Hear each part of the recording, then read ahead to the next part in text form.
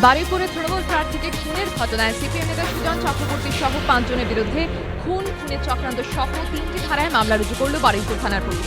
মৃতের ভাইয়ের অভিযোগের ভিত্তিতে মামলা রুজু করা হয়েছে। গতকাল ভোটের প্রচারে বেরিয়েছিলেন তৃণমূল প্রার্থী শিবরাম নস্কর। তৃণমূলের দাবি, প্রচারের সময় এক সিপিএম কর্মীর বাড়িতে গেলে দুপক্ষের বচসা বেঁধে যায়। অভিযোগ, সেই সময় কানু সাপুই নামে এক সিপিএম সমর্থক তাকে ধারালো অস্ত্র দিয়ে কুপিয়ে খুন করেন। সিপিএম এর অবশ্য দাবি, তৃণমূলের গোষ্ঠীদ্বন্দ্বের জেরে খুন।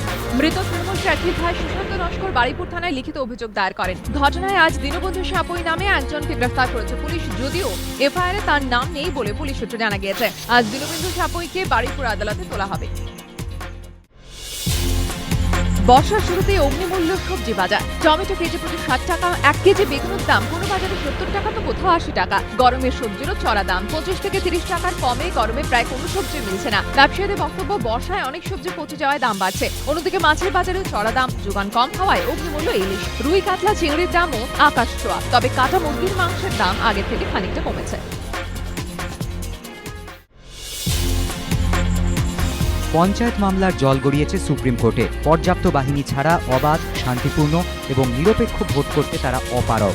একথা জানিয়ে পঞ্চায়েত ভোটে স্থগিতাদেশ চেয়ে বুধবার সকালে সুপ্রিম কোর্টের দ্বারস্থ হয় রাজ্য নির্বাচন কমিশন। বাহিনী ইস্যুতে শুক্রবারের মধ্যে রাজ্য ও কেন্দ্রকে আদালতে তাদের বক্তব্য জানানোর নির্দেশ দিয়েছে শীর্ষ আদালত। এই অবস্থায় আদৌ কি নির্ধারিত সময় ভোট হওয়া সম্ভব, তৈরি হয়েছে চরম সংশয়। নির্ঘণ্ট মেনে নির্দিষ্ট সময় ভোট না হলে এক্ষেত্রে যাঁরা বিনা প্রতিদ্বন্দ্বিতায় জয়ী হয়েছেন তাদের এই জয় কি বাতিল হয়ে যাবে? মাথা চাড়া দিয়েছে এই প্রশ্ন। আইনজ্ঞদের একাংশের বক্তব্য, যারা বিনা প্রতিদ্বন্দ্বিতায় জয়ী হয়েছেন তাদের জয় বাতিল হবে।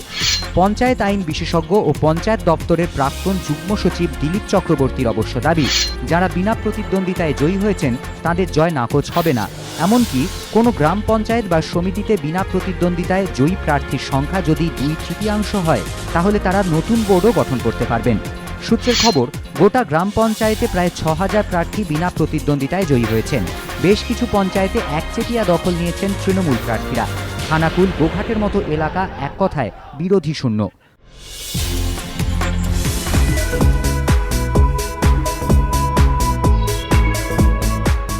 ক্যালেন্ডারে আষাঢ়, বর্ষা এসে গিয়েছে, চলছে ইলশে গুঁড়ি। কিন্তু ভরা ইলিশের মরশুমে শহরের বাজারগুলিতে ইলিশের দেখা নেই। তাই এই বর্ষায় ঘটি বাঙালির লড়াই ভুলে চিংড়িতে মুছতেই পারেন শহরবাসী। দক্ষিণ কলকাতার একটি নামী রেস্তোরাঁয় শুরু হয়েছে লবস্টার ফেস্টিভ্যাল। রেস্তোরাঁ সূত্রে খবর, ফেস্টিভ্যালের জন্য দক্ষিণ পূর্ব এশিয়া থেকে আমদানি করা হয়েছে 800 গ্রাম থেকে 1 কেজি সাইজের অতিকায় চিংড়ি। শহরবাসীর রসনা তৃপ্তিতে থাকছে chilli mountain lobster, lobster in hot basil sauce, Szechuan orange fried lobster, lobster in chilli wine sauce সহ হরেক পদ। লবস্টার ফেস্টিভ্যাল চলবে 11 জুলাই পর্যন্ত, তাই হাতে কিন্তু আর বেশি সময় নেই।